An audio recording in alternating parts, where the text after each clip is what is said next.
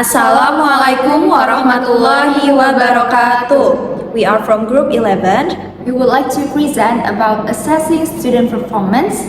But before we start, we would like to introduce ourselves. My name is Maureen Ramadhania Nursanti. My student ID number is 071. My name is Dimas Dahlia Indah Juliani. My student ID number is 007. Without any further ado, let's get started. Instruction in schools is meant to help students learn different skills and abilities. When students show better performance, it proves that learning has taken place. Even though students can learn on their own or outside schools, it is the school's job to plan and provide instructions that helps them reach specific learning goals. These learning goals include 5 main areas: thinking skills, ways of learning, knowledge, physical skills, and attitudes.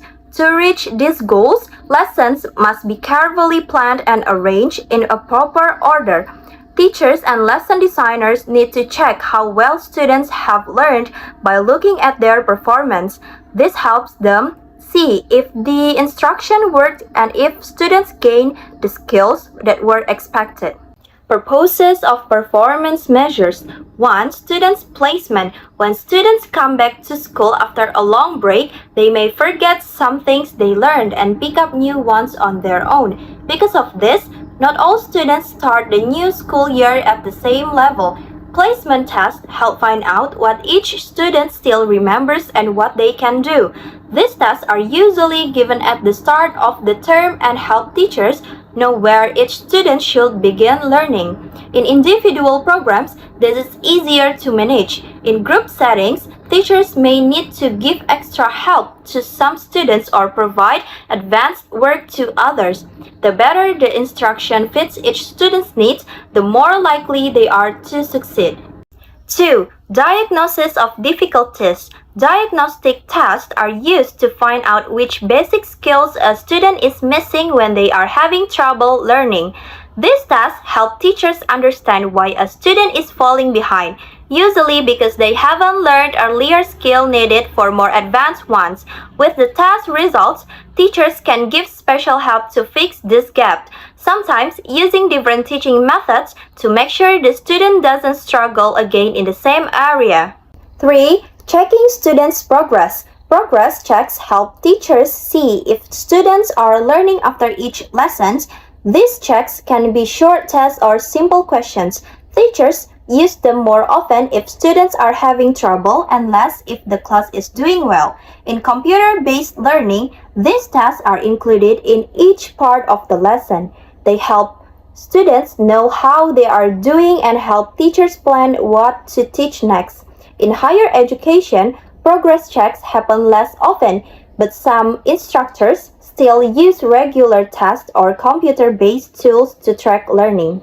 Next, number 4, reports to parents. Performance results help teachers and students know how well learning is going.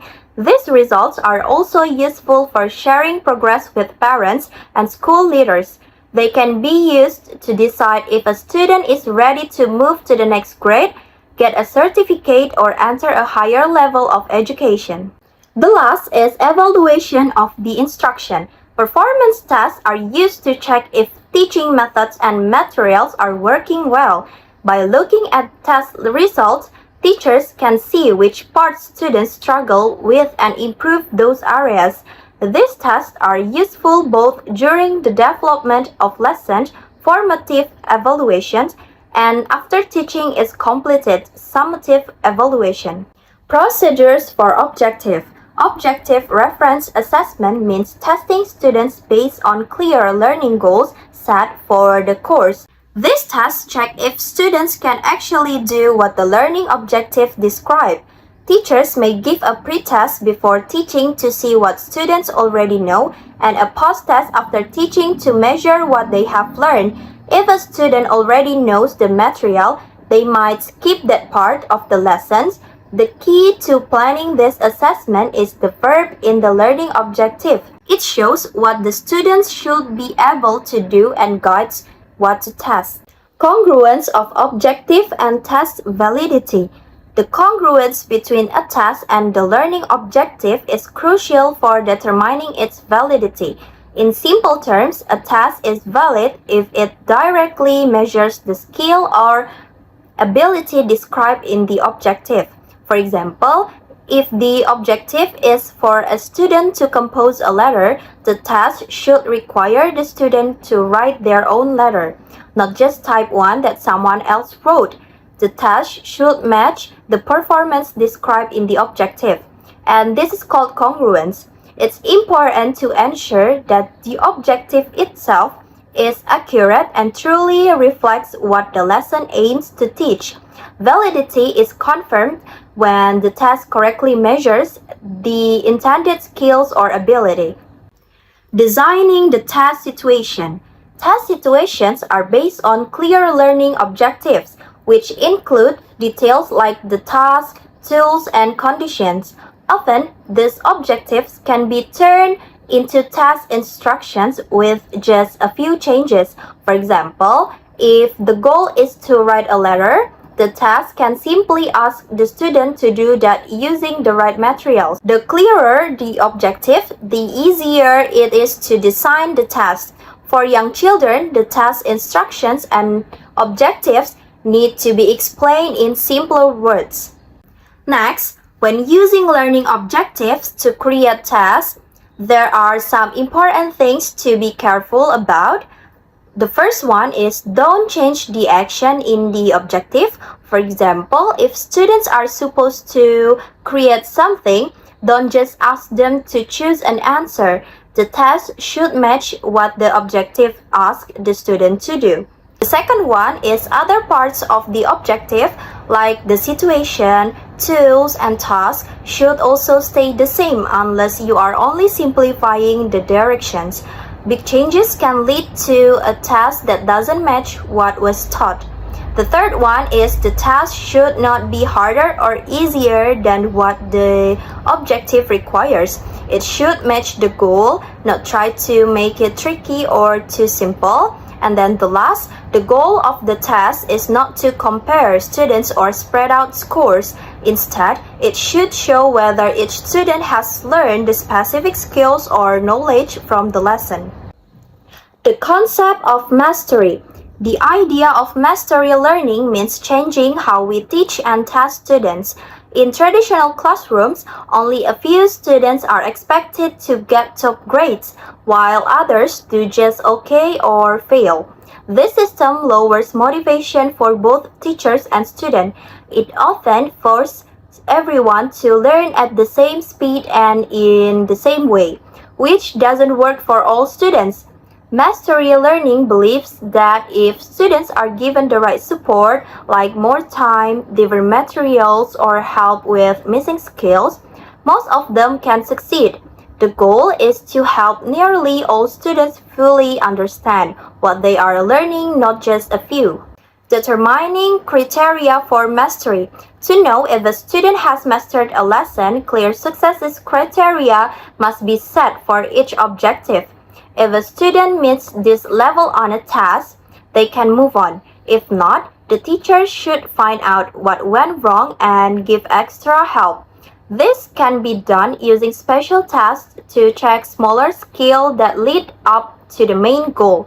These checks help catch problems early, so students don't fall too far behind. Teachers also use the task results to see how well the instruction worked.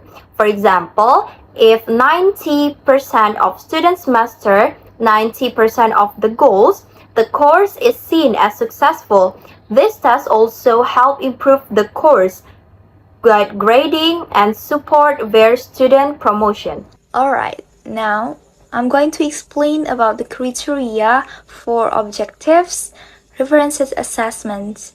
So, this assessment focuses on measuring students' abilities in specific predefined areas. There are 7 main domains: intellectual skill objectives, cognitive strategies, verbal information, attitude, motor skills, reliability of objectives, references measures, and the last is norms, references measures. Let's start with intellectual skill objectives.